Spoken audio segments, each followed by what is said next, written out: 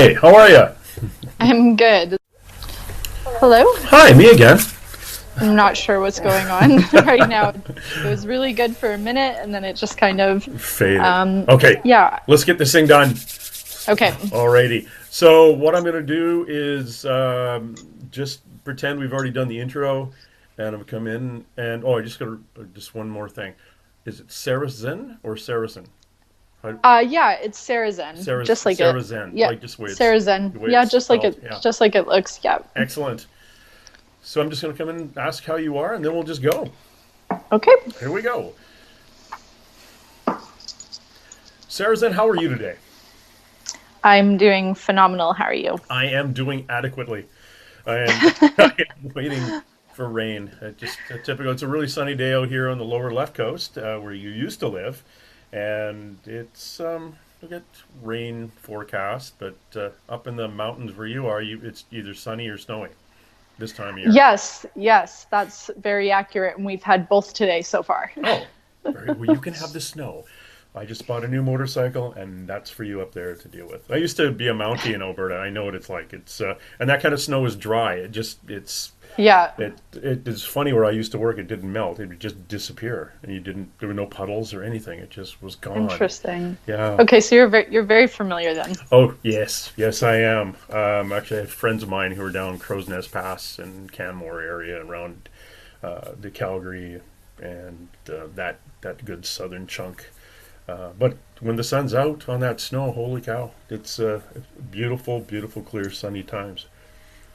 Absolutely. Now, one of the things, like I've followed you as an artist and again, that sounds really creepy, but followed you as an artist for a few years now.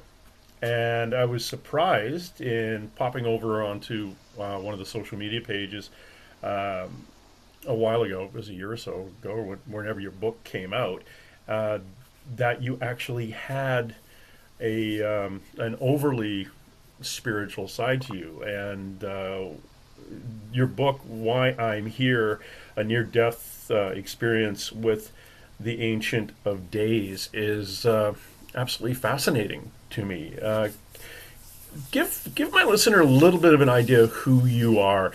I think didn't you just go to university to become a kinesiologist at one point and went off to yeah. Well, thank you for that. Yeah, life has had. I feel like I've kind of lived 6 or 7 lifetimes in my short life so far. I always was an artist growing up. My whole family is artists, and at the last minute in high school, I got talked out of going to art school, and instead I kind of took a left turn. And I went into my second favorite passion, which was medicine and biology and mostly physics. So I did college for 3.5 years before I was going to go into pre-med. And I kind of hit this wall where I was so spiritually and artistically unsatisfied that I just couldn't do it anymore. And I got turned on to this documentary called Basquiat, which was the first American Black graffiti artist who invented graffiti. And after watching that movie, I dropped out of my profession that day, same day. So that's kind of where my path as an artist started, and things came together very quickly from there.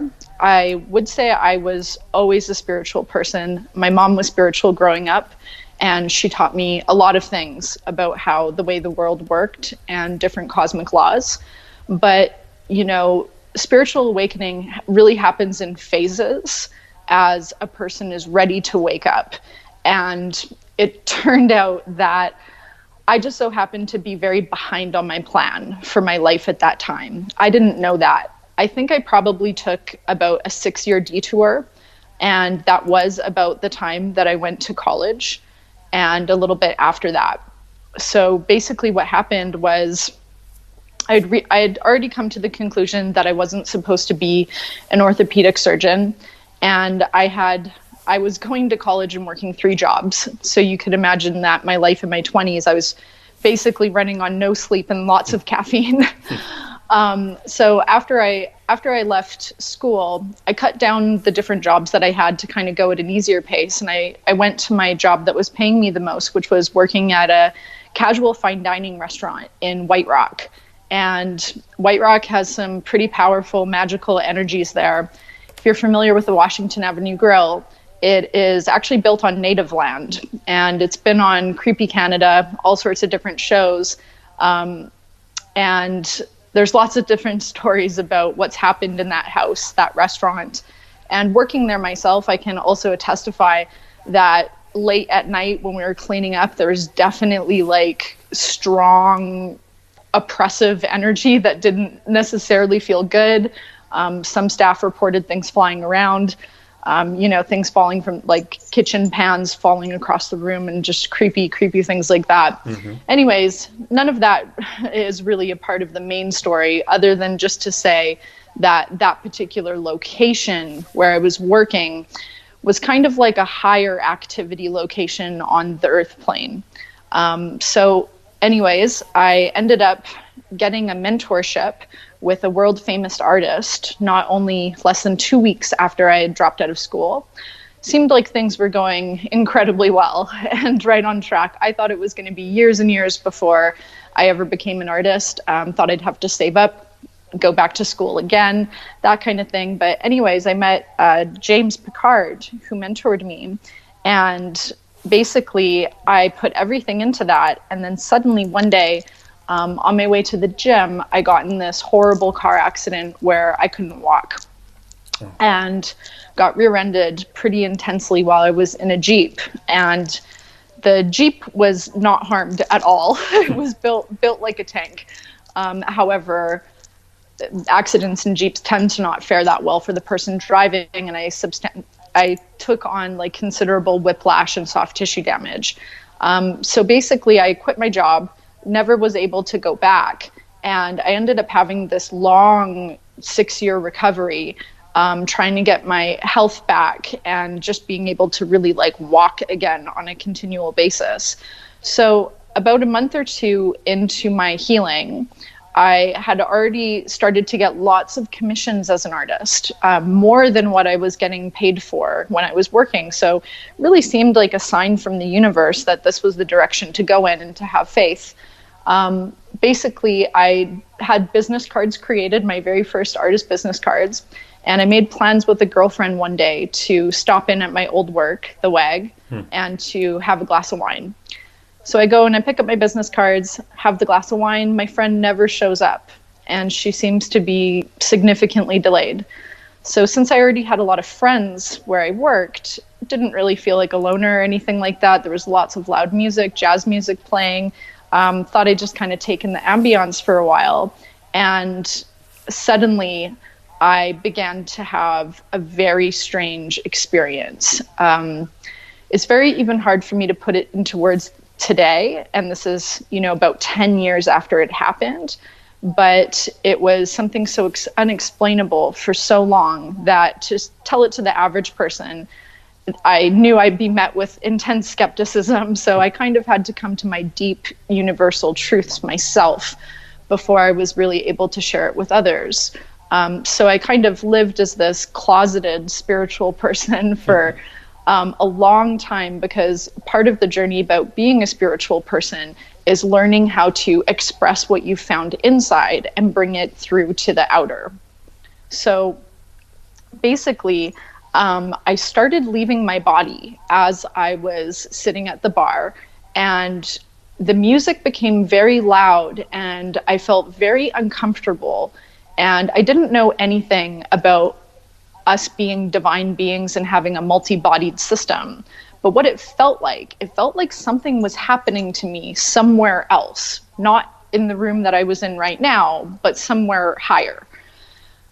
I began to somewhat panic. I didn't think that I had been drugged because I had been watching my surroundings the entire time, and I also knew everybody that was around me, quite close friends.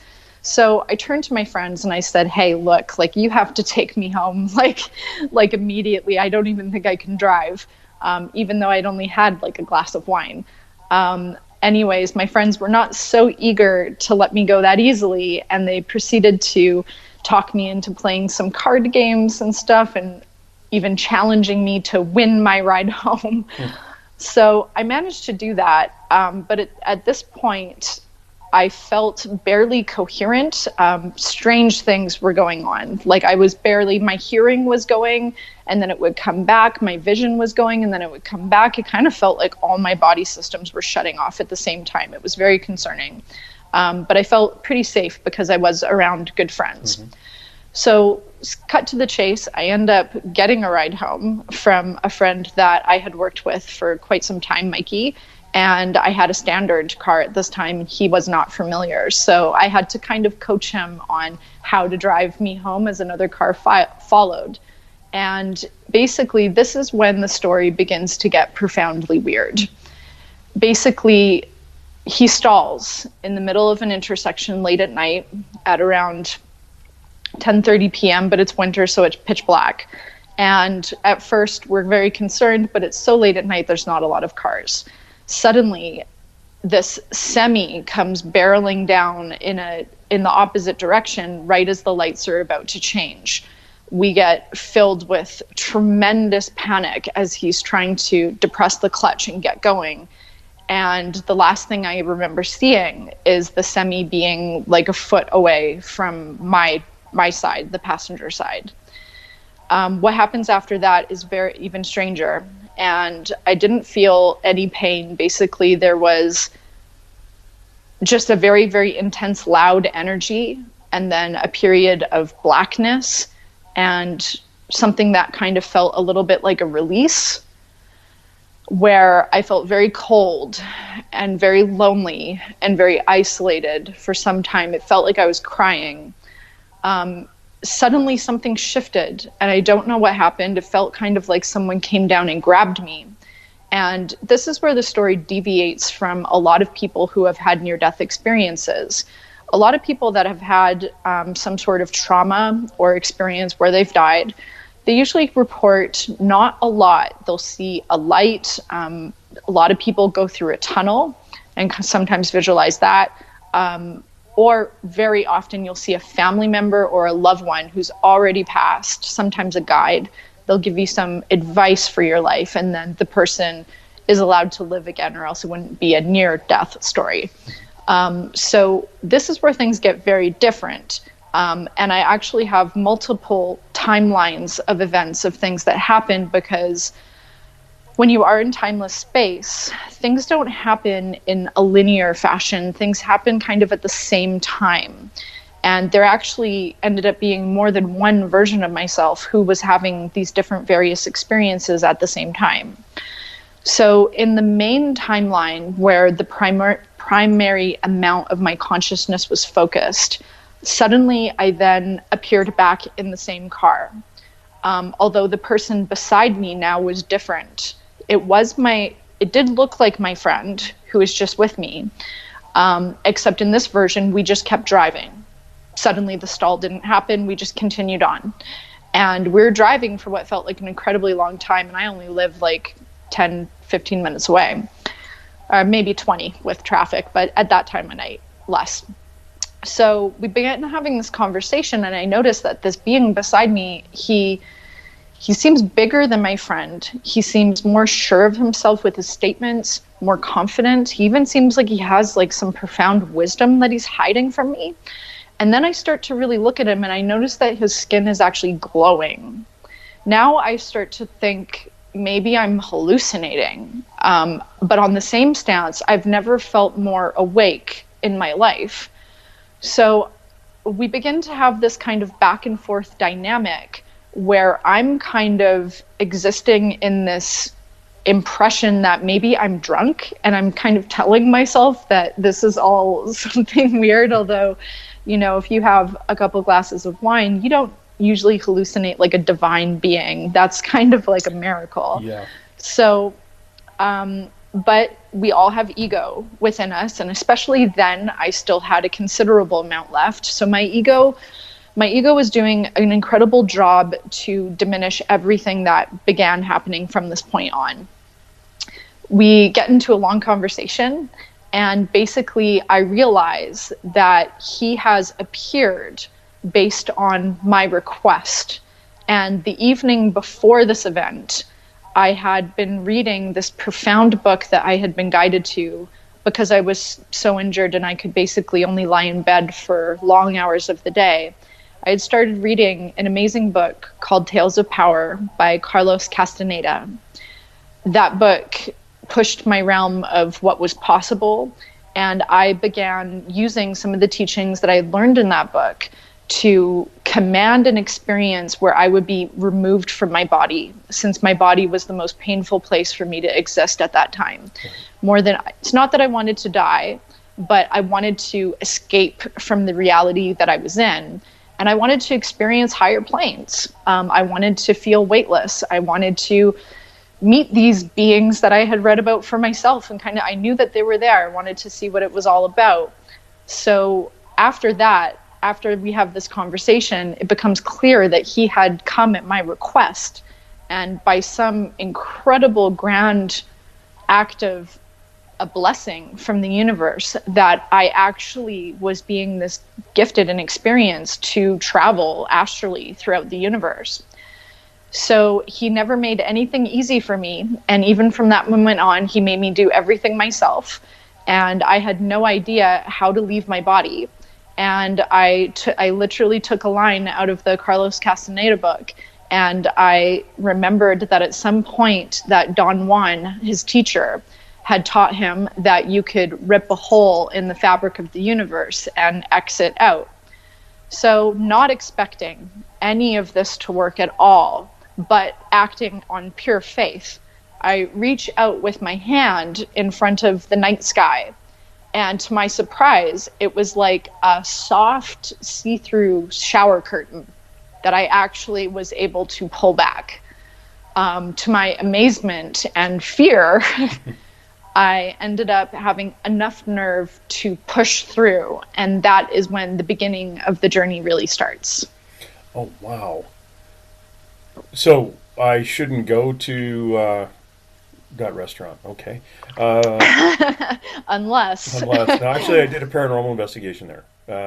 It was Cool. the staff. It was probably about 2012, 13 or something. The staff would tell me about the wine bottles would leave that were over top of the door to the kitchen. They'd come in and they'd be on the floor the next day. None of them broken. It's an interesting place. Yeah, strange things. And the history of it, it's not that funky of a history. It's just the lumber. Some guys who ran a lumber company built it, and the wife is still hanging around in there upstairs, I believe. But it's kind of fun. But you have this. You go through your like one accident, and if I'm getting your timeline right, you've got an accident. You've read Carlos's book, and as you're getting better, you go out for a glass of wine or meet a friend, and then all this happens again, and you get into a second accident. Is that? Yes. Okay, what happened? This is me being a policeman brain. What happened to the guy in that accident? What happened to the driver? So I did not know for the entire experience what happened to him. I go without, taking too much away from the book. I will say everything with him is okay. Okay, good. See, that was the other thing too. Is like, what path was he on to actually be placed beside you, and to not know how to drive that and get into that focus of energy at that point. I wonder what his life, where it had been before, and now where it is going. Well, everything with the universe is intentional. And it took me a while to learn that, especially when I continued to go through tremendous hardships after the experience.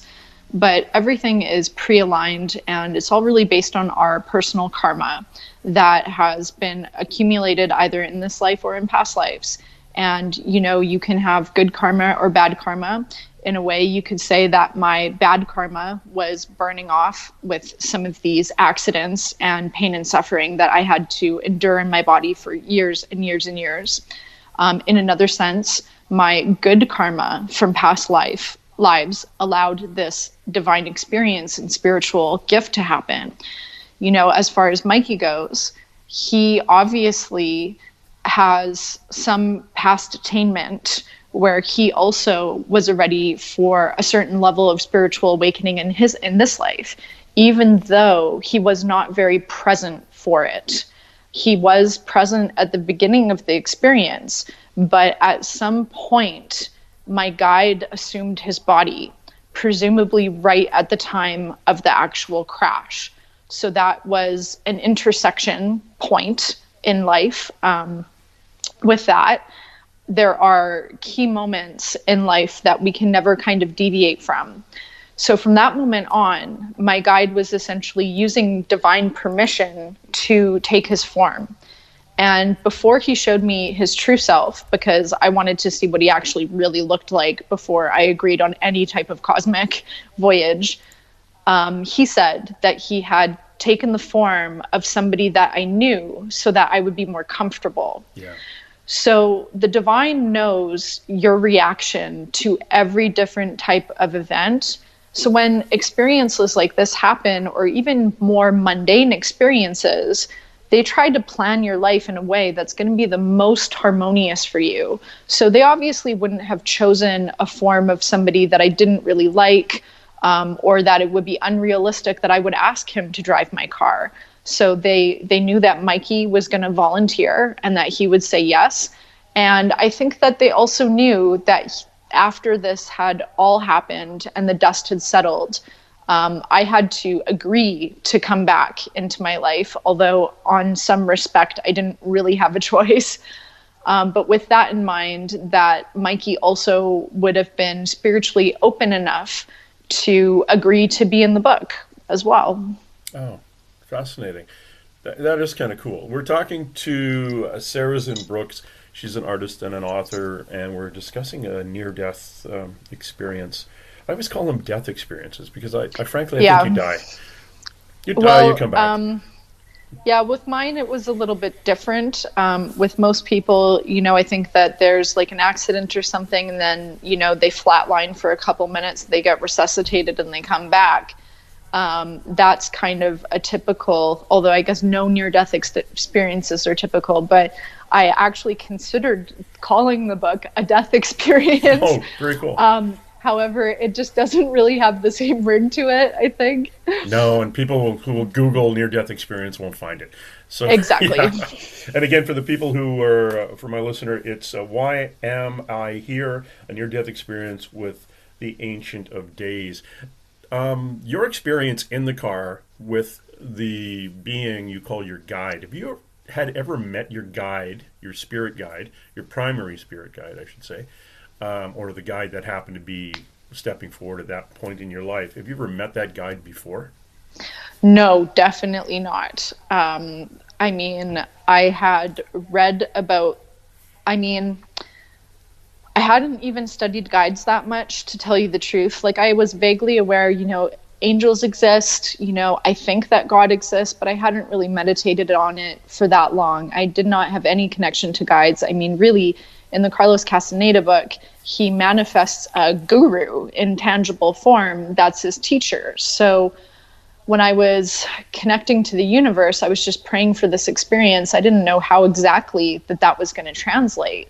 But then when we end up going into higher planes after we cross through the universal shower curtain, if you will, it turns out that he was actually the most beautiful being that I've ever seen, and he was glowing blue.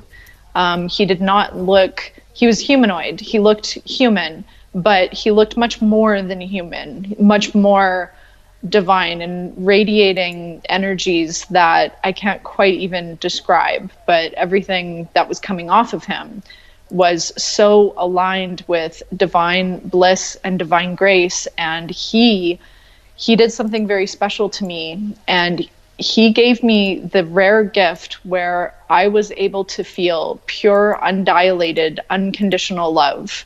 And until you have actually, I hope you don't have to die to experience this, but basically there's almost no one on the earth that embodies this truly. besides maybe an incredibly advanced yogi out there. Yogananda was one of them, who is said to be the divine incarnation of love. But to experience that in tangible form while I was out of body, it has changed me for life. And after feeling that, I was able to put 100% of my trust into him, because I just had full, complete knowing that it wasn't possible for this being to harm me in any way. Have you ever met, has that being come back into your life since that you've He seen? did. He did, actually. And that is what book 2 is going to be focusing around. But for a long time, I had no connection to him after that, even though I tried. I searched for him for about 7 years until I finally was able to find him again. That's fascinating. Who you've described, and I've talked to over the years doing this and traveling to conferences and things. I've talked to a number of people, not only for near-death experiences, people who have experienced spirit guides and can see them. When I do readings for people, I communicate through oracle cards to their spirit guides, or I can stand in front of somebody and look at them and say, okay, you've got 5 angels on your right side. The third one over is tall and blue, and your grandmother or this grandmotherly lady is standing beside you. I can see that. But the tall blue or the bluish glowing ones, I always have been finding that's the Archangel Michael. Michael is blue as well. That's Yeah, true. but would you feel the difference in your own mind? Do you think you'd feel the difference between that being Oh, Michael? Then okay, absolutely. Absolutely. I mean, there's a very different, I mean, as you know, there's a very different type of energy that comes from an angel. yeah, That comes from someone who's an ascended master. Michael has incredible strength. He has this incredible readiness and receptiveness to him, ever helpful and very angelic. Whereas Sanat Kumara, he has a very dry sense of humor. He also is very aligned with power, but he is a little bit more laid back. As you'll read in the conversations that we have, he is very witty. Mm-hmm. He always has a very quick response. Not to say he's a trickster, but he has more of a human energy to him. And Sanat Kumara, who is the Ancient of Days, he did live lifetimes on Earth, and he is big in yoga. He was featured in the Upanishads. So his lineage, he already completed his lifetimes here, and now he helps from higher planes, and that's the definition of an ascended master. Now, you're calling him the Ancient of Days. It's in the Kabbalah. It all refers to the God essence. Judaism, Book of Daniel, refers to being God, eternal. Christianity, it's basically it's the God the Father. It's different terms for the source of the universe. Well, Sanat Kumara has many different nicknames for his personal radiation or emanation from God. He is called the Ancient of Days. A bunch of ones that are not on the top of my head. He's also the Prince of Venus. So his personality has gone by many different nicknames. Although in truth, we are all emanations from the divine feminine or the divine masculine. And when God appears for you, in whatever form it does, maybe it's Ganesh or maybe it's, Archangel Azrael, that's the particular portion of God that God has chosen to communicate with you, because God is omniscient and he knows that particular part of himself will resonate with you the most. Yeah, and I get Michael's very strong in me, as well as Heniel, because of my can't see me, but I'm kind of pointing at my female side right now. I've got a large female side to me, and she comes through. Sometimes I have 2 daughters in dealing with them. Long story, but helpful. Yeah, but those are what I've been describing, what I see at times, or what is helpful for me. And being a Absolutely. policeman, you've got Michael and the helper of helpers, basically. Yeah, yeah, The absolutely. and doing that. My primary spirit guide, which is really weird. In June, I found out my primary spirit guide is my higher self.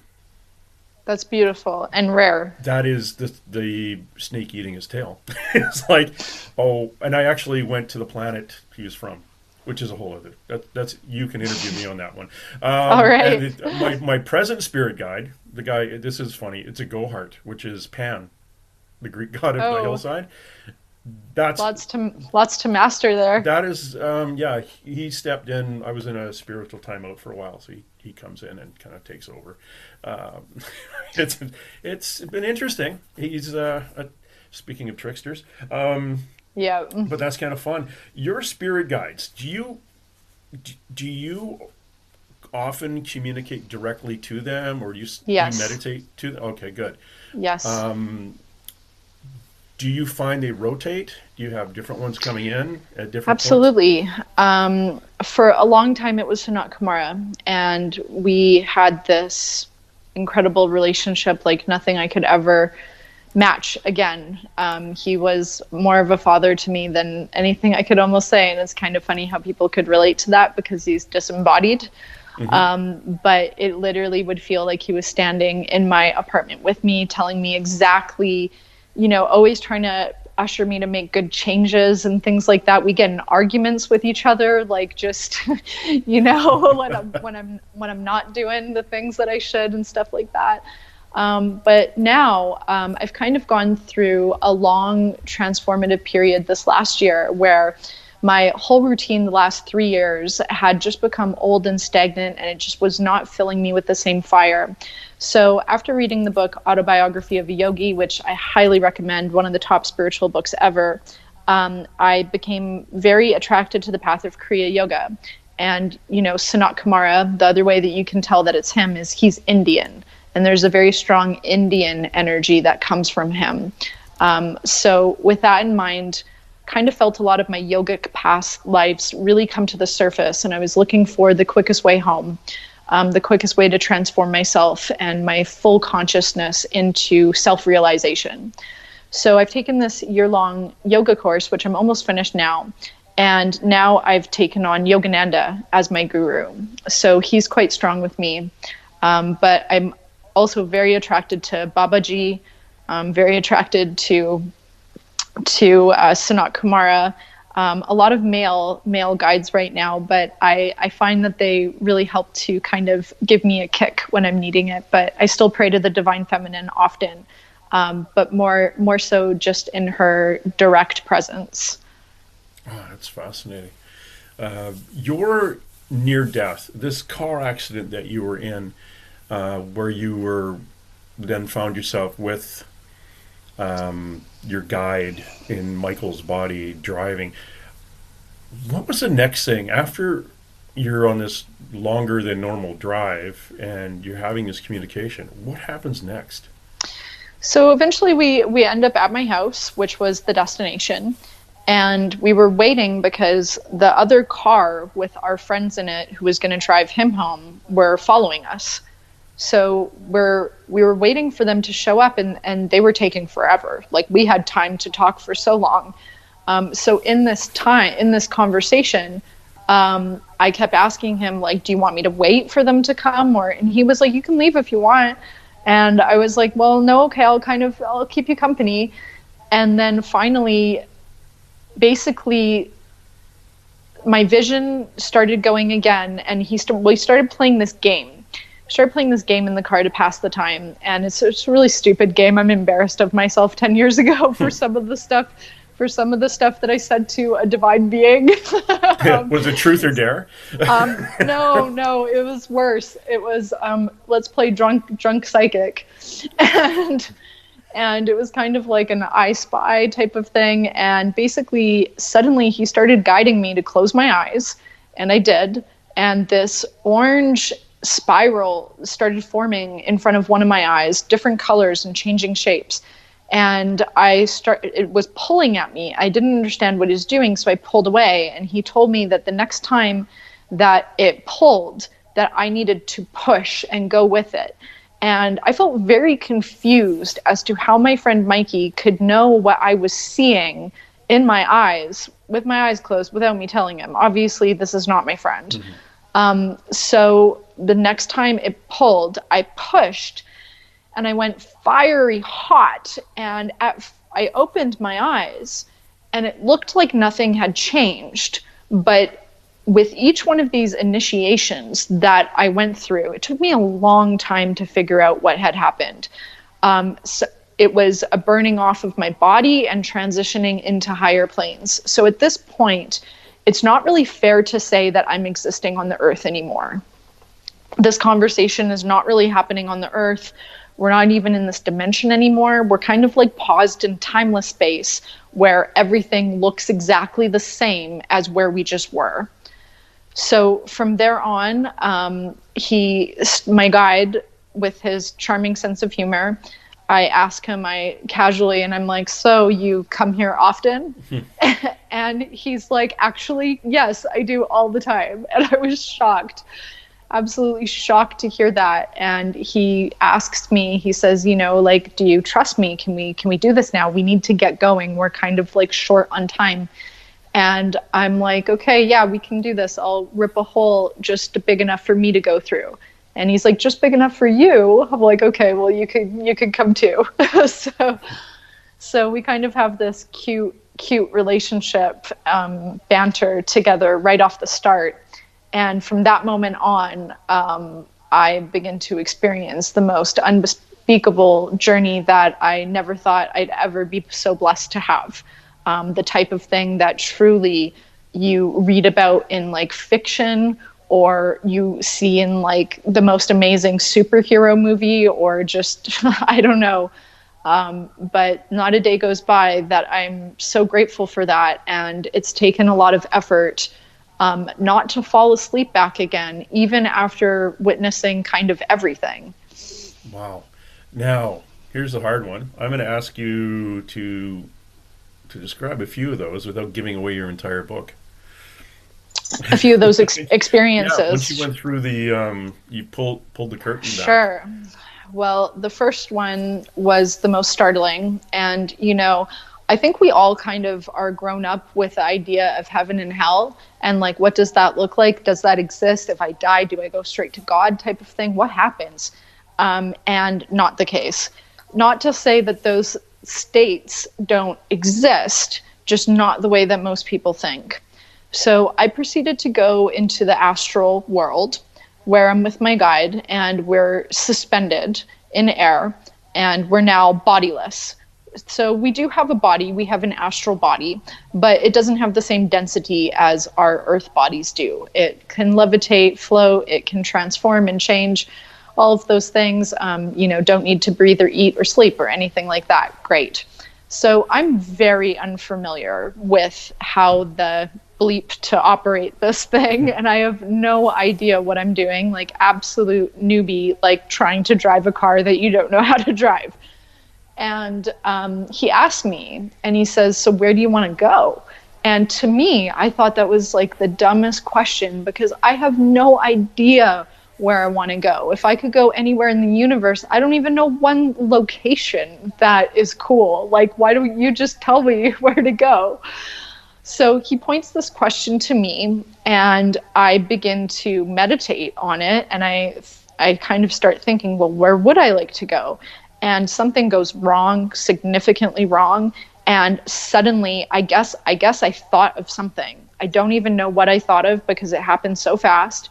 But because at this point you're existing by mere thought, you just have to think yourself somewhere else and immediately you're there. So I get sucked or fly, I don't know how to describe it, shooting incredibly fast, so fast I can't even see what's going on. There's like stars streaking by my face. I'm like scared, but I can't stop.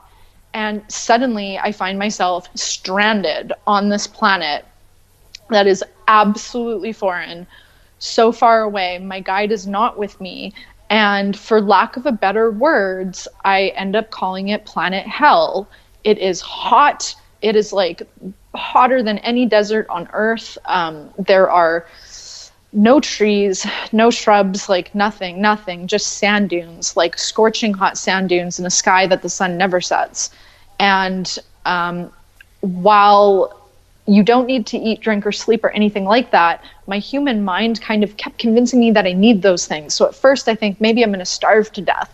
Oh, I'm so thirsty. And then I'm like, wait, I don't actually need any of those things. And basically I ended up wandering around there for what felt like decades, eons, even a small eternity. And I go through several encounters and dangerous lessons on there with the local wildlife, if you will, until my guide finally appears at the 11th hour, right as I'm about to swallow this disgusting bug because I'm so bored.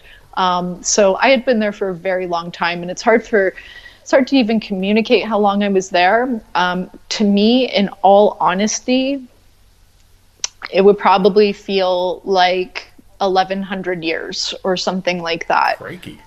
If you could estimate that. So I had given up all hope at this point. I had tried to leave in so many different ways. I tried to raise my vibration, many different things with no success. So my guide comes, he appears at the last minute. In fact, he had been watching me the entire time, observing me to see what I was going to do. Then he pulls me out and suddenly everything's not so bad. And he's kind of showing me these like cute quirks of the place. And it really just shows that everything is perspective. These animals that live there that I thought were absolutely disgusting and revolting ended up actually having like a family and were quite a part of the ecosystem. So I learned a lot with every stop that we made along the way. He never ceased to amaze me with the volumes of teachings that he could give me in such an incredibly short period of time.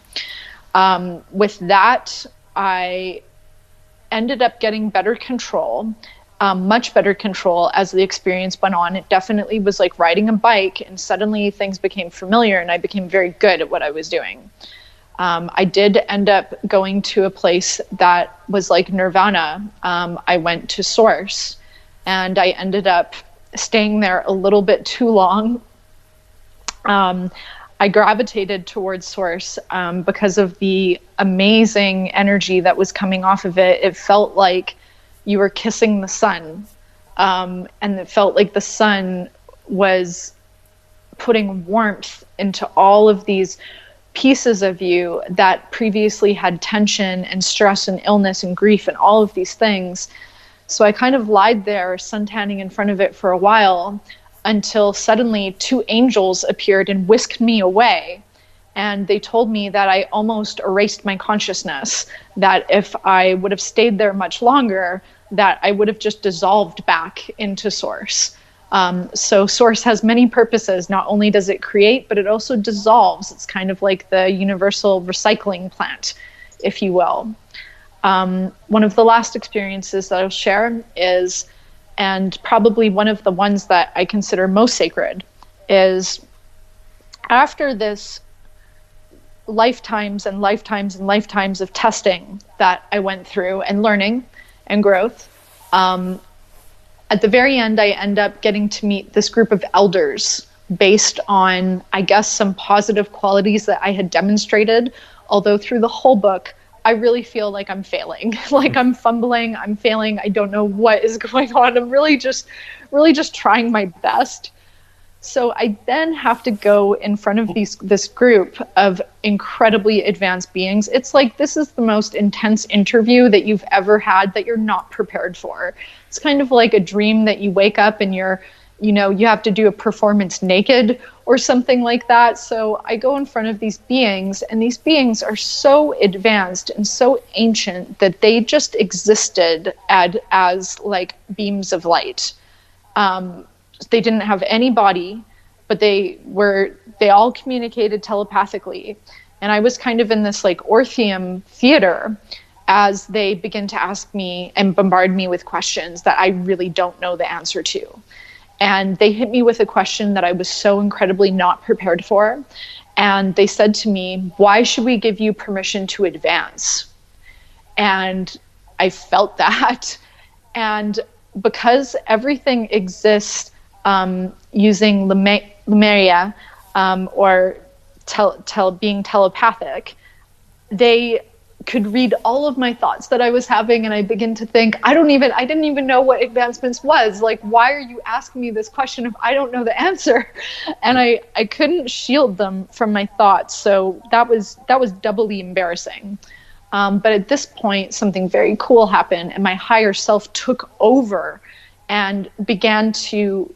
I was blacked out from seeing everything that she did to answer the question.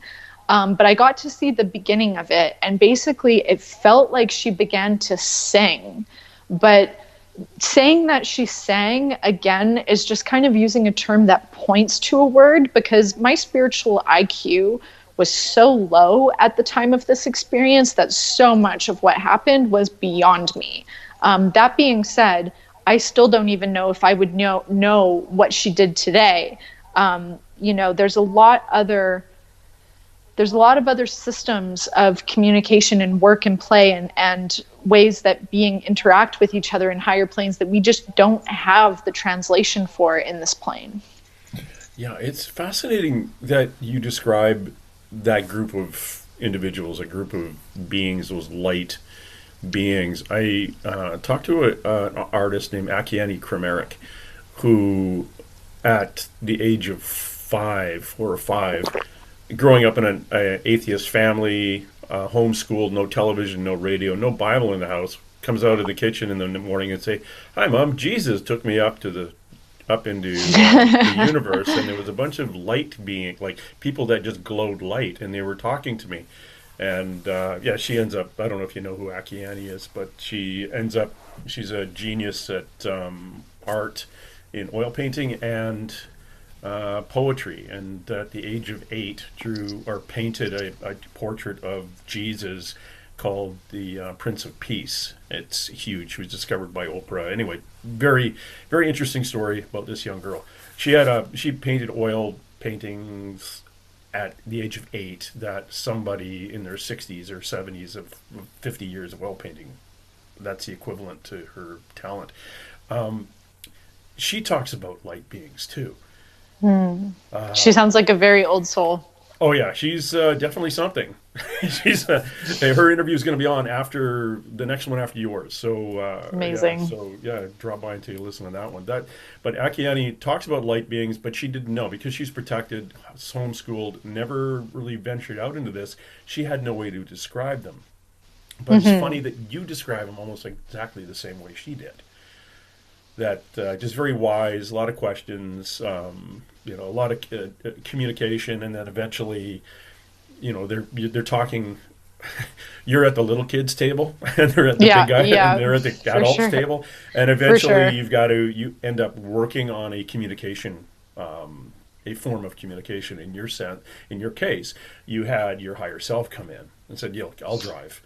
Thank goodness for that. Yeah, you just sit back, and eventually you will learn all this. But right now, it's gonna be one in going in one psychic ear and out the other kind of thing. It's it would be overwhelming, I would think, to go through something like that, specifically after you've just spent 1,100 years on a dry planet. And that. At that point, that was like 1 million years ago too. So holy cow. So I hope the next time, if I ever get to see them again, which I think I will one day, I hope I have some better answers to their questions. I think I probably will.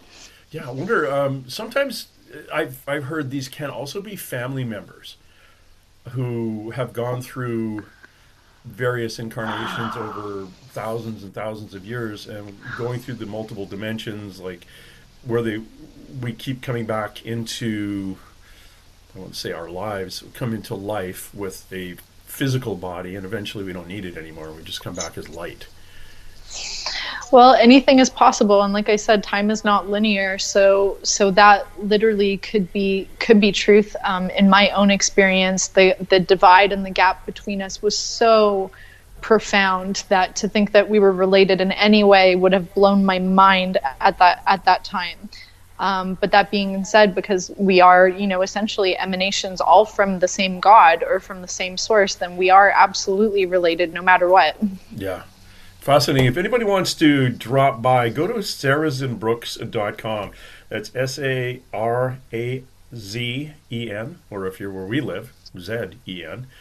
Sarazenbrooks.com, and look at the artwork she does. And again, look at her book, Why Am I Here? A Near-Death Experience with the Ancient of Days, which is fascinating, absolutely fascinating. Anything with a near-death experience is fascinating. And this was only your first one.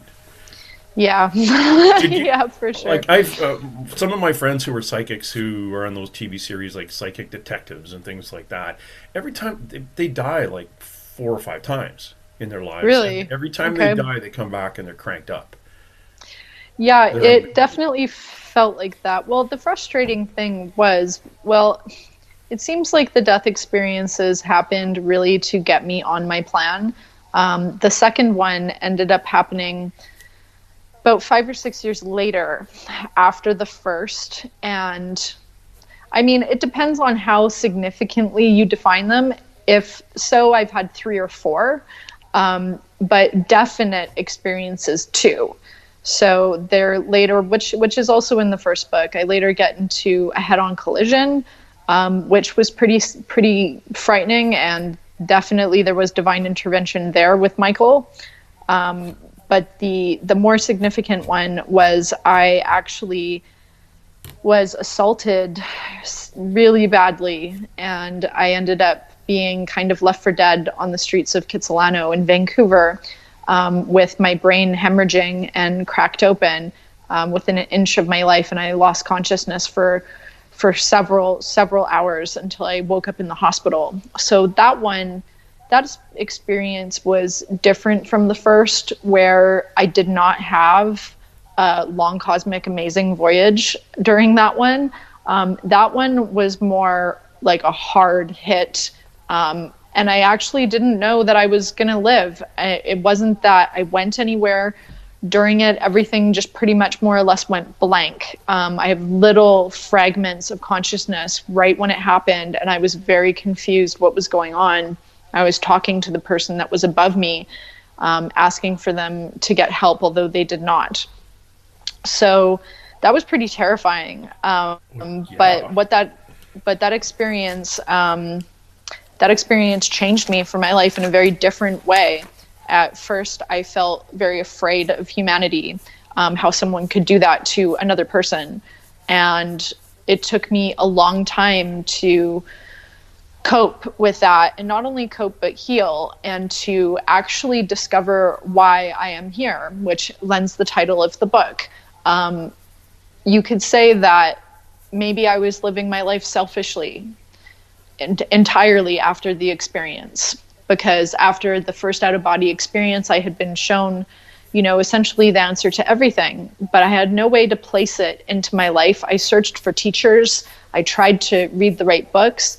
But after about 7 years or so of looking, I got pretty lost, and I wasn't able to really get on my highest path in a strong, tangible way. After the second near-death experience, where I was left for dead, I really felt like I had lost everything. I had significant brain damage that took me a year to recover from. So I wasn't really able to paint. I couldn't leave the house. I was just traumatized, and also suicidal. As a result of, probably the brain damage and the trauma. So it took a lot of strength and fortitude to find the courage to read that book that I had written almost 6 years before. And to that date, I had never read the book. Basically, when the first experience happened, my uncle, who was the only person I told in detail, he strongly guided me to record the entire experience into a tape recorder, which he then translated into the book, which took up about 100 solid pages of dialogue and experience. So I had never been able to look at it again after 6 years. It frightened me. I was scared. I was crazy, even though I knew I was not. But it was kind of like just being revealed like Pandora's box, and feeling like your dial-up computer of your brain is not able to process such high-speed information.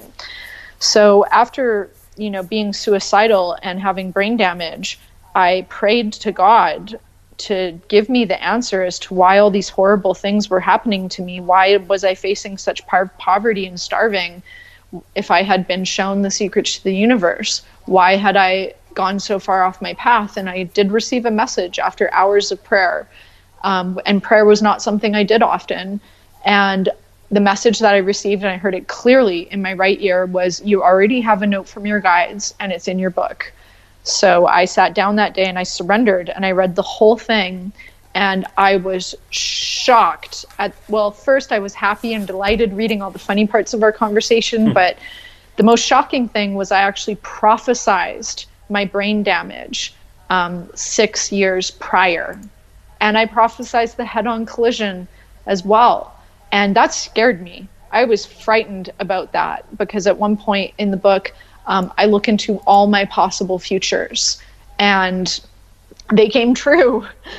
So at that point, any shed of ego that was telling me what happened to you wasn't real, you hallucinated it, it was a very long dream, was gone, completely gone. There was no possible way that I could be that psychic, that I would know that something would happen to myself 6 years from now with that detail. Even the color of the car was silver, and I didn't even have a silver car at that time.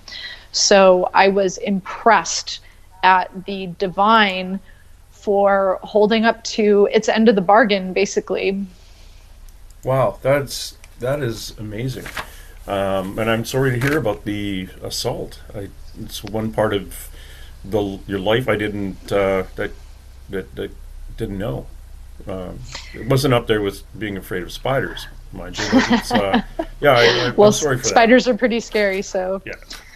Well, don't eat them on a burning hot planet either.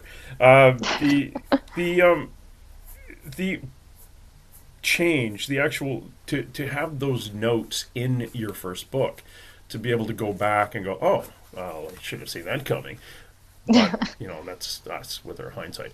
The ability to actually have that information at your fingertips and then have it pointed out to you, that is fascinating. Now that you had those little prophecies back then, is there anything else that's coming up, or are you pretty well done with you fulfilled all your prophecies from the information in the first book? I think my higher self has quite an interesting sense of humor, and she tends to use car accidents to get me back on track. Although actually it is like this for many people, although they don't realize the adjustment that is being made in their life.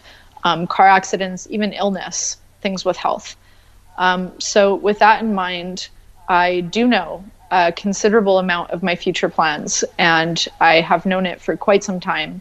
So I've been building up to that for the last 3 years, working overtime. So there will be many things coming forward, some which I can announce, some which I can't. The art is something that will keep going strong no matter what. And I'm working towards painting the Ascended Masters and Higher Realms, which will be on the table next year. But beyond that, I will also write book 2 and book 3, which will be a continuation of the first book, and how that has translated into meditation and still reaching those states while still in my body. Oh, that's great. And again, for the listener out there who's interested in seeing some of her art, SarazenBrooks.com. Go check out the Infinite Universe series that she's painted. I'm talking like you're not here. Sarazen's painted. It's absolutely beautiful. I'm speechless. It is. It's really good. You're a pretty darn good artist. Thank you. I've always liked your stuff, which is funny because I'm actually as you've been talking, for some reason I picked up my pencil and I started doodling swords for some reason. So I'm going to send them to you and see if they mean anything to you. But anyway, that's cool. That's between Sarazen and myself. It was honestly they're swords. They're some weird thing, and I think it had something to do with us talking about Michael, but I don't know what But so every so often I'll doodle something for no apparent reason and think, yeah, I really should share that with somebody. Sarazen Brooks, you are an experiencer of something that I think many people would absolutely be terrified of when they do experience it. But to find yourself in a position where you're getting that physical slap in the head, like, hey, get back on path. This is where you're supposed to go. And in the way you describe them as being in car accidents or a physical something damaging your physical being to get your attention. As your father, I would say, as somebody who's a little protective about you, I go, you know what? How about you pay attention a little bit more, so you don't have to get clunked on the head or get into a car accident. But I think you're already doing that. You are meditating more. You've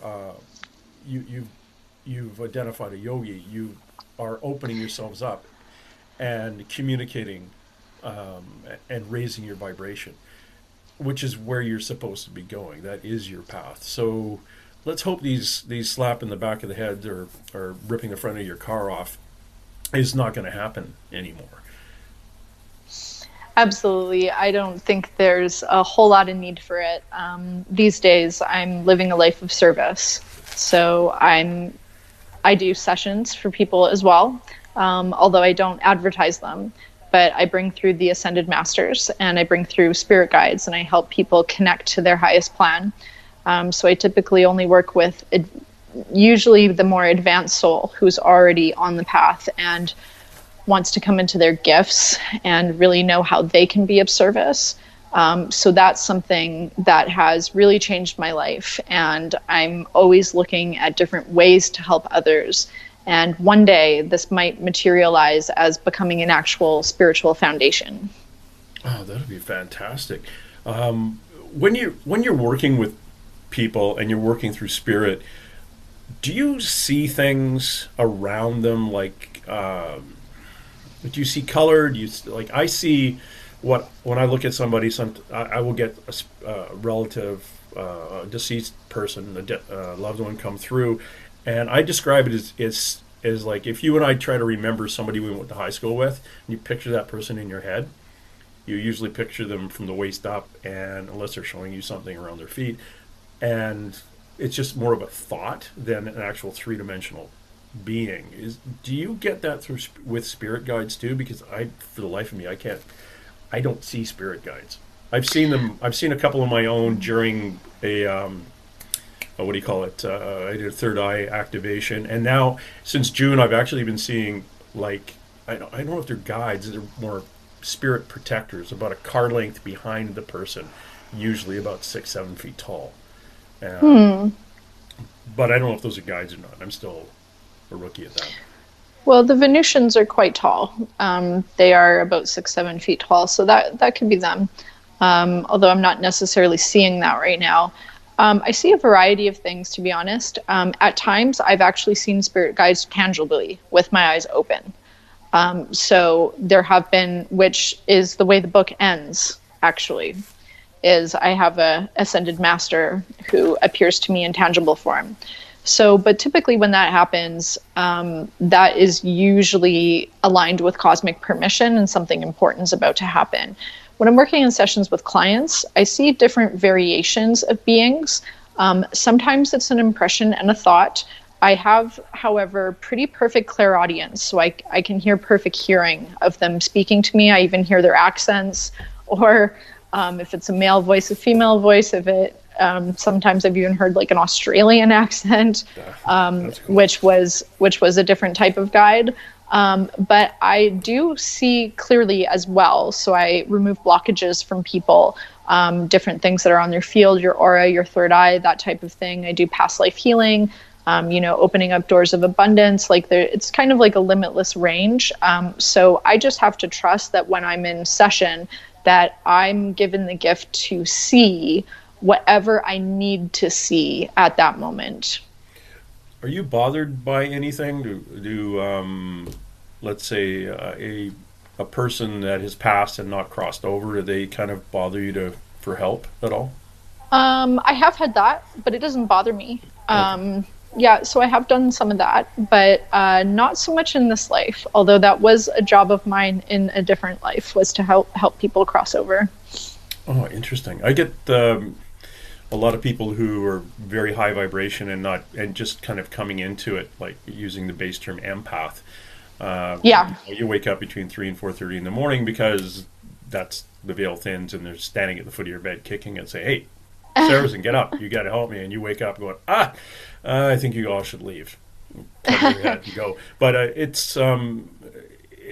comes to those a lot of times who least expect it, and Absolutely. it's awkward. Like I in crowds, or I'll be For talking to sure. somebody, and but I don't see the dead, quote unquote, the dead anymore. The ones that haven't crossed over. I used to see them a lot when I was a kid, and I did bring one home from down in Steveston, British Columbia. Paranormal investigation. I brought home a carpenter from the 1930s who was standing at the foot of Oh my my bed. goodness. Is that like adopting a stray cat or No, something? you know how we're out Shaw Cable, which is one of the cable stations out here, wanted to follow around a paranormal group. So of course they wanted to do it in the middle of the night because they don't understand that those beings are there 24/7 anyway. But because it's dark, so it's spookier. So we went out to a place, and it was raining, and it was a long drive home. And instead of doing a little bit of a meditation and a please, I'm good, please stay here, when I Yeah. left, I just went home, got into bed, Okay. and So you welcomed him. yeah, he came home with me. So the That's next thing kind we of had to funny. move out. But yeah, it's one of those things. I and of course I put myself into those positions. I'm constantly going to ghost conferences. I'm down in Tucson or Tombstone, Arizona, in 1800s haunted rooming houses, That's pretty and cool. yeah, I was supposed to be at Port Gamble, Washington this weekend. I still might go down there for that ghost conference. Was on the Queen Mary. Had the sheets of my bed pulled off the first night. But that was somebody coming through and saying, "Hey, I really need your help, and I know what you can do. So we're just trying to get your attention." So once we figured that out, it was all cool, and we crossed them over actually a few weeks ago. But Oh, good. yeah, I don't get that as much. I don't see the dead, I should say, as much, like full on standing in front of me anymore. I did when I was younger. Now I just kind of feel it. But the people I do get are your grandmother who has already crossed over but volunteered to be kind of your in between, your spirit guides and you. Are you talking about my grandma? No, no, I'm not. I, Okay, because she is quite powerful. but I get the person that like is your the gut feeling, the goosebumps, because until your vibration is high enough for your guides to connect with you directly, you usually have a Yeah. volunteer to come in and kind of be your in between and pass on Yeah. messages. So I get those all the time. When my sight was first awakening, I didn't get a lot of the dead, but I had a mix of good beings and very dark beings coming to me to interfere and attack me and all sorts of different things. And that lasted for about 3 years, 3 or 4 years. So I had to learn a lot of psychic self-defense, because the more that you become aligned with your gifts, the more that the opposing energy in the universe also senses your awakening and wants to stop it. And that's something connected to the three gunas in yoga, which is the three types of energy that is always acting upon everything. So with every action, there's a reaction. Now, however, I'm in such a state of grace most of the time, due to my alignment, that I'm able to easily block like almost everything that comes my way. What are the methods for blocking that? So very basic technique that's super easy that anybody can do is, number one, if you're scared and you're going to sleep to bed and you feel a dark energy on you or surrounding you or anything like that, you can write the word Om, except it's AUM. That's the traditional way to say it. And that is the first spoken word in the universe. That is the word of creation. It is the word of God. It is the word of the divine feminine. It's all protective. So you just trace it on your finger of your pillow 3 times as you're thinking about divine God and blessings just to protect you. So 3 times. That has protected me many, many times when I've been too tired to shield or meditate or make any calls. There's also protective stones. I'm a big fan of smoky quartz. I usually often sleep with a piece of smoky quartz with me, almost always. So that's super grounding, very protective. Another thing that you can do as well, using the same word Om, is sitting down or standing up, you put your hands out in front of you touching, and while saying Om, you make a circle around you, touching your hands behind you, and you do that again 3 times. There's a lot with the number 3. A more advanced technique is actually shielding and clearing, which is shielding is visualizing an orb of light around you. There are millions of different types of shields, and I have been learned and gifted many different versions of them. But a very good go-to one that's kind of good for everything is called the shield of invisibility, invincibility, invulnerability. And you call that in while you're visualizing the shield, preferably surrounding your whole house. If you can't visualize it surrounding your entire house, visualize it just surrounding your field and your aura. But it's better if you can stretch it out over time to include your whole space. So you hold the shield for as long as you can, visualizing its strength. You can even visualize things bouncing off of it because of how strong it is, while also asking help from your guides to strengthen the shield. And the last one, which is more of a clearing technique, is sacred fire. And sacred fire has been used for a long time. There's mentions of it through the ages in basically every type of spiritual book that you can imagine, though very few explain what it is. And basically in our plane, in the 3D plane, fire has a connotation of being something that is destructive. However, in higher planes, in the 5th dimension, fire is transformative and it changes things. So divine fire can be used to elicit a numerous amount of results. But for the sake of this talk, I'll just talk about violet flames. Violet flames are the most transformative flames that are responsible for transformation, transfiguration, and transmutation. So that has the ability to completely clear the energy around you from anything nefarious. If there's a dark entity or spirit or being, or even if just you have been going through a hard time yourself, if you've been going through a breakup or depression or a lot of stress, that invites these forces in, and it also makes the vibe of your place pretty low.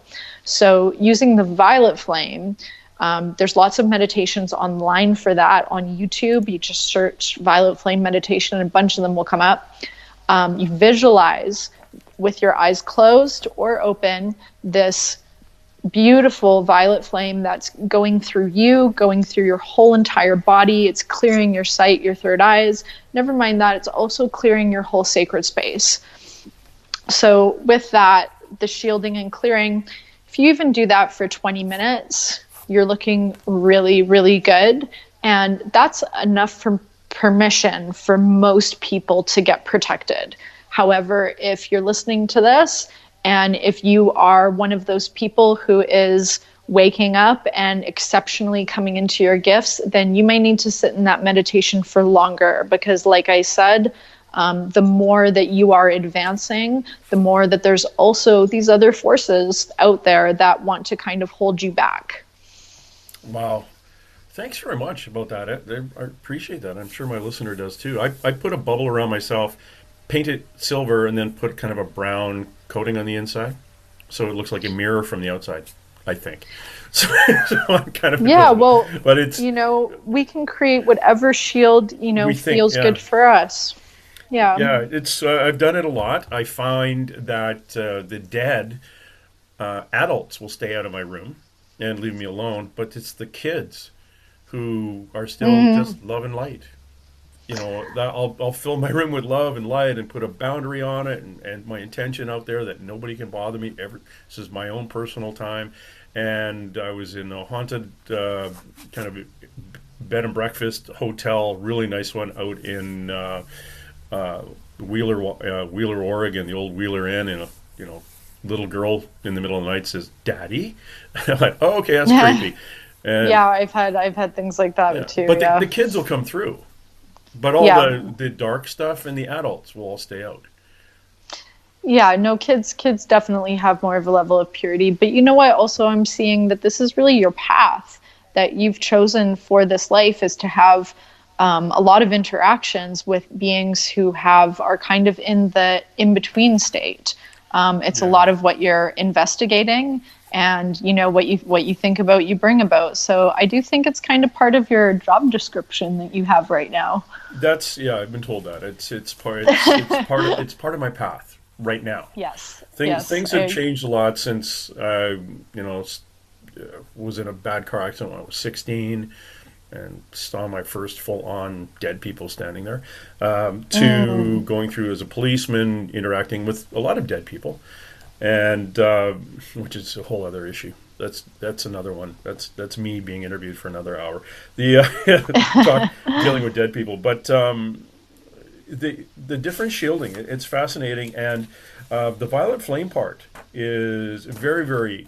I am going to research a little bit more of that, because I think the purity, when you said that, I got this overwhelming kind of purity thing. The other thing is, I got told that, is this true that you are going to start putting meditations on YouTube?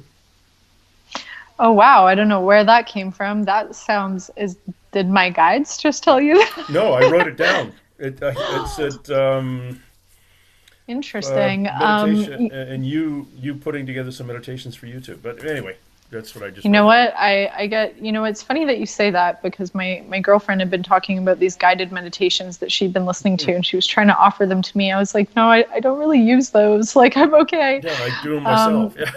Yeah, but I have recorded them in the past, both for clients and for myself to help move myself forward. I've actually been big on subliminal tapes that I've Yeah. used for myself to help elicit certain changes in me. But there's all different types of meditations that can be done. So I will tune in for that. Thank you for giving me something to tune into. Yeah, see if where that bounces out, because that's as you were talking about going to YouTube and looking something up. I just wrote down Sarazen guided meditations YouTube. It's like, oh, well, maybe I wonder. Yeah, who knows? Maybe I'm supposed to point it out. But I love it. it's something you have to do. And when is your next? Are you in the process of your next book right now? So there are partial drafts done for book 2 and book 3. Right now, because I had a kind of arduous move across the country the last 4 months, just finished getting set up. I'm taking some time to paint right now and to really get creatively inspired again. I just found writing the first book, it took me a year. It was so creatively stimulating in one way, but I'm still not ready for those long hours on the computer yet. So I'm hoping that come around January, February, that's when I'll be back in full book creation mode. So 90 days. So don't don't say it. No, About just roughly about that. So I Yeah. mean, if it was this time next year that it came out, that's quite possible. Yeah. I would just do what you did the first time. Just say it all into a recorder and give it to your uncle. Right, Bob's your uncle. Yeah. Here, could you just type all this stuff up? It's 100 hours. Don't worry about it. Yeah, well, he's been an absolute godsend. I couldn't have done it without him, and he not only designed it, but he helped edit it. And it's true that the universe will send you an angel to help you accomplish your plan. So I'm forever grateful for him. And if anyone's looking for design work or book editing help, he's the guy to go to for sure. I was told 6 years ago or 5 years ago I was supposed to write a book about myself, but Amazing. I don't even read books, let alone write them. Good Lord. Hey, that's the way that I felt too at the time. I had not read a book since college, which was just medical texts. So that's part of the reason why it took me 10 years, was because I felt I had been shown something so sacred, so special and divine. How do I communicate what I've experienced when I can't even like type a paragraph without a whole bunch of grammatical errors and punctuations. And basically, it just happened one day. Just one day, I felt ready. I had been meditating for years, though. I had been meditating for 3 years, and suddenly the time was now. Yeah. So you know, when the time comes, you will be in tune enough to sense that moment. And you have the kind of book that I would read anyway. I don't read a lot of nonfiction. Yeah. I need to read. I don't read fiction. I read nonfiction. And Yes. so I'm going to cheat. I'm getting the Kindle edition of your book. No worries. And again, for the listener, it is Why Am I Here? A Near-Death Experience with the Ancient of Days. Author Sarazen Brooks. Please go to her website, sarazenbrooks.com. Look at her art. My gosh. It's the Infinite Universe is an absolutely wonderful series. And I can't go off anymore on this. I've followed your art for years. You're a wonderful person, and I really appreciate you coming by. Well, thank you so much for having me. This was incredibly rewarding to do, and I'm so happy that we are more officially connected now. Okay. Thanks, Sarah, and you have a wonderful day. Thank you. You too. Okay, that's it. That didn't hurt at all, did it? Not at all. Okay, good. You've opened my eyes again, because you do.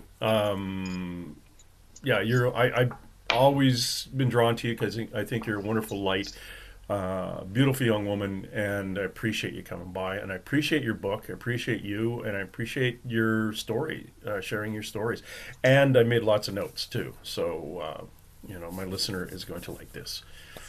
Well, thank you so much. You're an incredible interviewer, and I apologize that we kind of weren't able, that it just wasn't able to connect sooner. It wasn't meant to be. When I was in town, it was also another retrograde as well. Yeah, because it was funny because when you had that studio in Port Moody, I literally lived in Port Moody Center, a quarter of a kilometer from your studio. Oh, no way. And then my ex and I, who we raised our kids in there, in this house from the 1940s on a big lot, we paid $222,000 for it, and then a developer gave us $2.3 million. Oh my gosh! So wow. Bye-bye. Except I still wanted to be close to them, and if you literally, when we did separate, we cut the money in half, we'd be in condos because it's a lower mainland. So our townhouses. Absolutely. So what we did is we bought a duplex up on Tuxedo. Cool. Not too far away. So we share a dog and a vacuum. That sounds like a good compromise. Yeah, but you were just one of those. I got to be honest with you. I had a crush on you, and that's why I followed you when you were doing your Richmond stuff. I'm going, look at this artwork. Oh, she's kind of cute, and So which was and in hindsight, I'm looking at it going, that's why I didn't meet you, because that was the vibration. That vibration. Wasn't the vibration I'm supposed to know you on. And I was also still going through a lot of transformation and a lot of stuff. So I think it probably would have been a little premature. Oh yeah. That wasn't, I always say things are meant to be, they are. And now you're happy, you're married, you're keep your cat away from the coyotes. Try. And your life is blossoming, and I wish you love and light and all the best, because I'll still always have a crush on him, but it'd just be different now.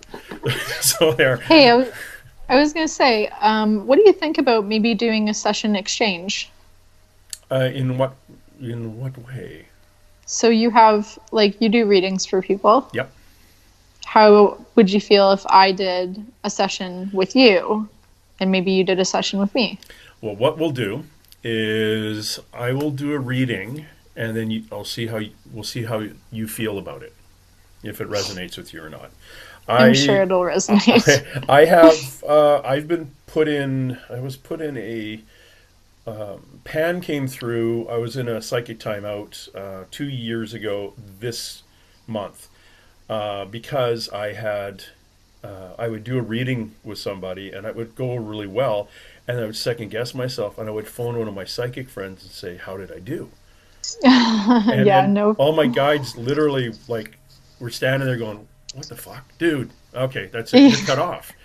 So they all took a step back, and Pan came in. Yeah, that happens. So for 2 months, I could look at somebody, I have no idea, and then a psychic said, "Yeah, you're in a timeout, dude. Yeah, no, but you should that see who your happens. guide is." I went, "What?" He said, "Yeah, you've got Pan, the half goat guy with the flute." And I went, "What? What happened to the handsome woman in the three-peat hat I used to have?" "Oh, she left because you were being a pain." And then last year at this time, we were in the process of moving. This is kind of weird. Now you got to imagine that Port Moody Center has a lot of creeks running under it, and there's a big construction chunk a block from me, and they were throwing the creeks off, and I basically walk around open because I'm really forgetful on turning myself off. So the elemental beings in my neighborhood, bless them, they got all pissy and said, "We're going to go screw with this guy." So my oldest daughter, who moved into our new place a month before, and we were still in the old house. So it was my ex and my youngest daughter and myself. And these things were actually pushing up into the basement, the elemental beings. And my house was darn clean before this. Well, my guides said, "Well, he's an idiot. He's never shutting himself down. How are we going to do this?" So they all took a step back. My abilities got turned completely off, and my guide came through as like a huge elemental, almost like a tree. Wow. And he came in to basically keep the other elementals from attaching. And I said, "Well, what about my youngest daughter?" And like 3 or 4 psychics over the years have pointed out that she is not of me, like me.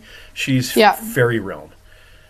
And they said Cool. they I would. can totally see that. They said they will totally leave her alone because she spiritually kicked her ass Yeah. with what her guides around her, and I think her mom the same. But my oldest daughter's like me; she glows in the dark, and she was taking on other people's shit ever since she was could. Her anxiety level used to boil until a psychic friend of mine taught her how to block, and now she's pretty cool That's good. about it. Yeah. So anyway, that was where we did live, and now this house, I ended up bringing a woman in here who her apartment over by Royal Columbian was so haunted she couldn't sleep, and she was moving out of it, and she said, "I got to get out of here a month early." So I said, "You can come here, stay here for a month."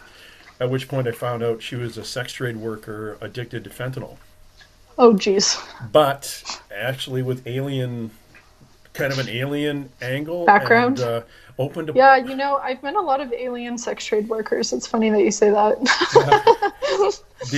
Her nice enough human.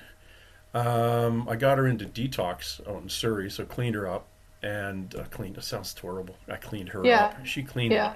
up. But she opened a portal, and we literally had Oh no, that's really sticky. beings from Yeah, and my husband opens up portals all the time accidentally. I have to close them. she had we had black slaves from the eastern U.S. here, and That's inconvenient. my psychic Skeeter, what she does is if I'm talking to you and you think you have ghosts, you and I will have a conversation, and you talk about the lady in the blue dress upstairs. I get a kind of feeling, okay, this is legit. She might. So then we're on Skype. I will then call Skeeter and bring her in on the call. And without seeing your house or hearing what we talked about, Skeeter takes a deep breath, shows up in your house, describes your house, where you're sitting, what's on the walls, the whole bit. Oh, and there's 3 First Nations people sitting at your kitchen table. I've told 6 ghosts from the neighborhood to wait outside till we're done. And there's a lady with a blue dress upstairs. What do you want to do?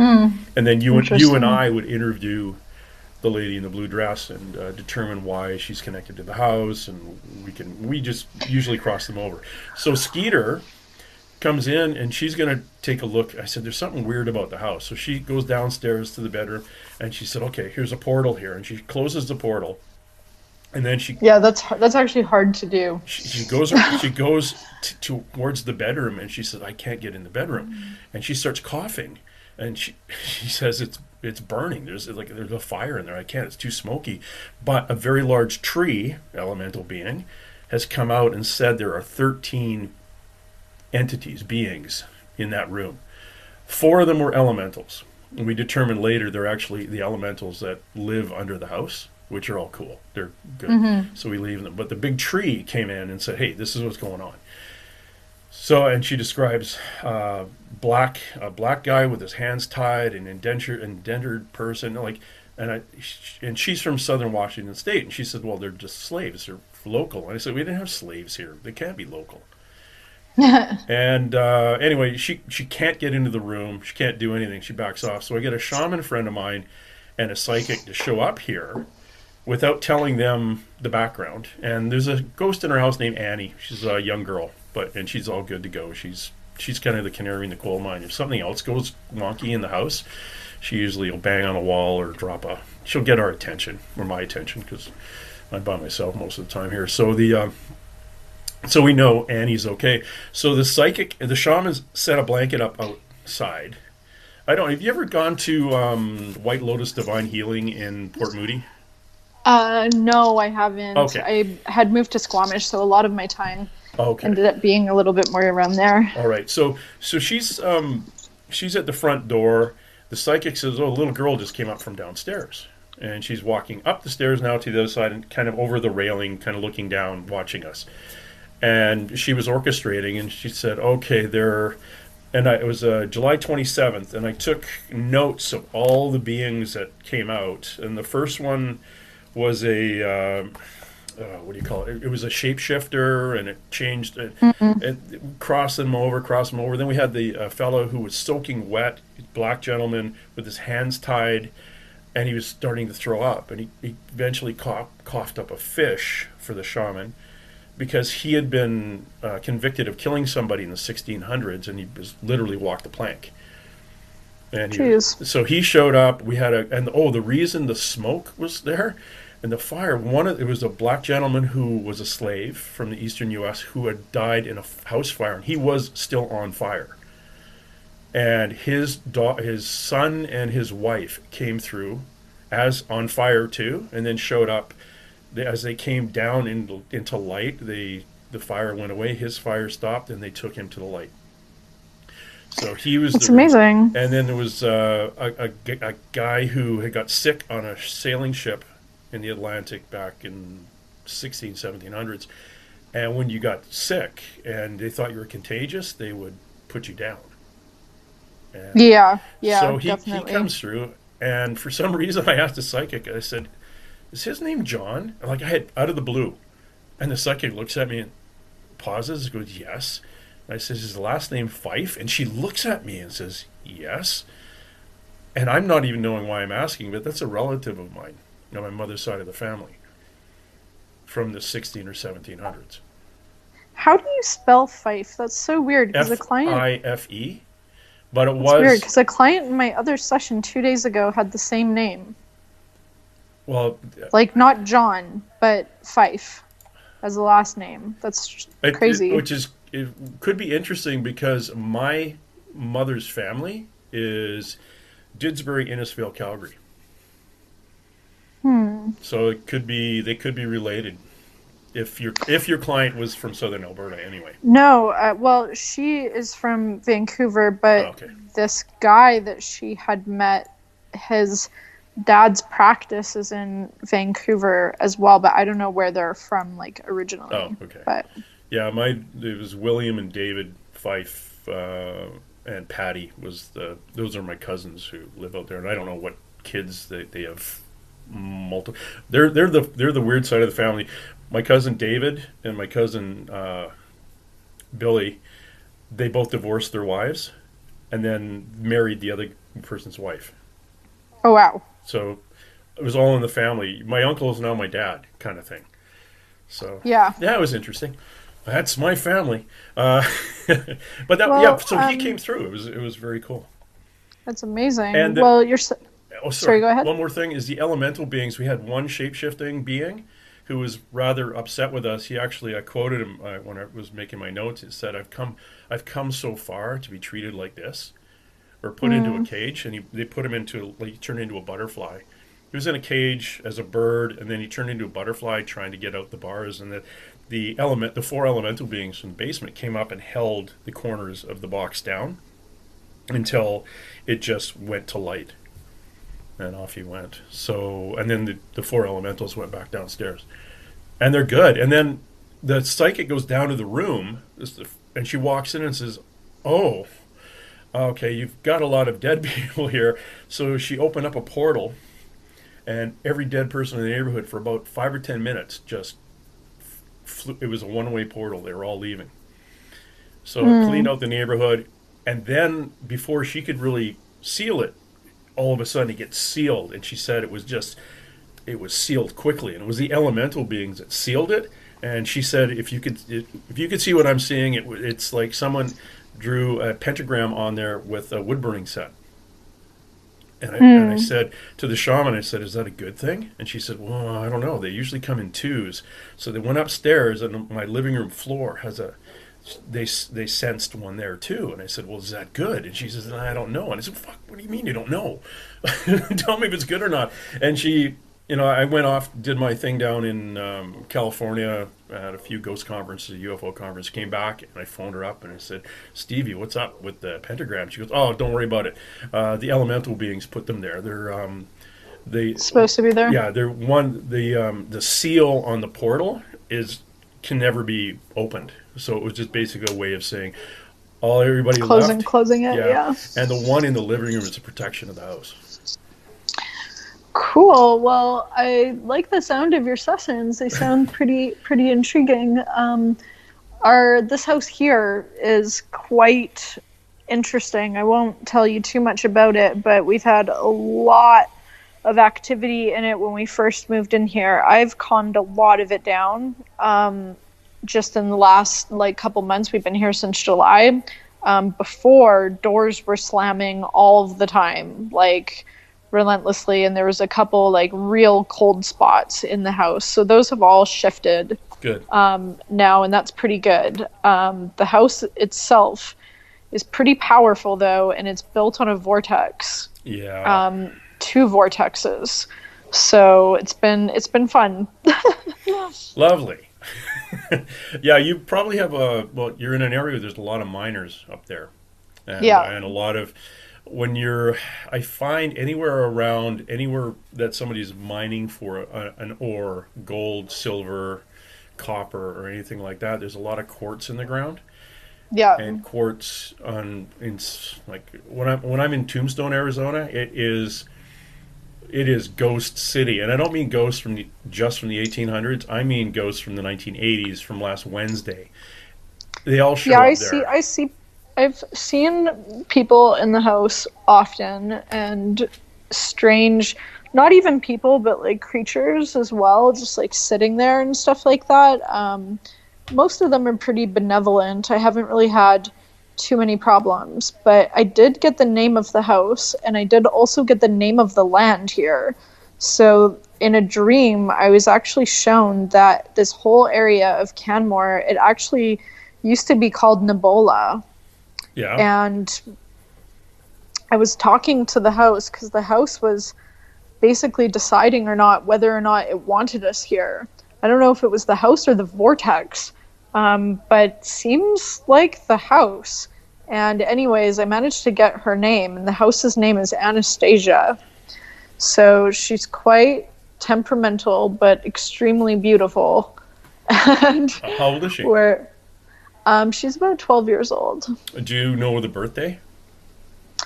I might. I know the guy who built it. If you can determine the birthday, I interviewed a astrologist out of he's in Nevada now, but everything has a birthday.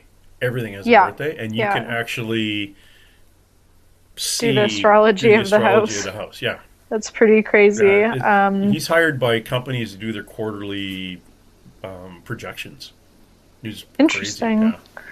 That's really cool. He sounds like a very powerful astrologer. He is. He also does remote viewing and But he's also a conspiracy guy, so it kind of freaked me out. Okay. Yeah. Can kind of take that with a grain of salt. I like astrologers though, like good readings. Yeah, those are good. All right, killer. I'm going to let you go. I've got 2 more interviews to do today, but All right. so Well, far this thank is you. my favorite. Cool. I sent you pictures of what I was doodling. For some reason, I drew these Sure. weird swords and weird knife handles that I've never drawn before. Take a Okay. look at them and think about it, and then maybe you'll see something in another Where did month or two. I you sent sent it. them on Skype? No, I sent them on. Oh yeah, I guess I could have done that. I sent them Facebook? on Messenger. Okay. Okay, I'll check it out. Excellent. You take the rest of the day Awesome. off. Thank you, you too, and thank you again so much. You're amazing. Oh, thank you. Thanks for hooking up here and becoming almost a friend from a distance. All right, boss. Okay, we'll talk soon. Yeah. Bye bye. Bye.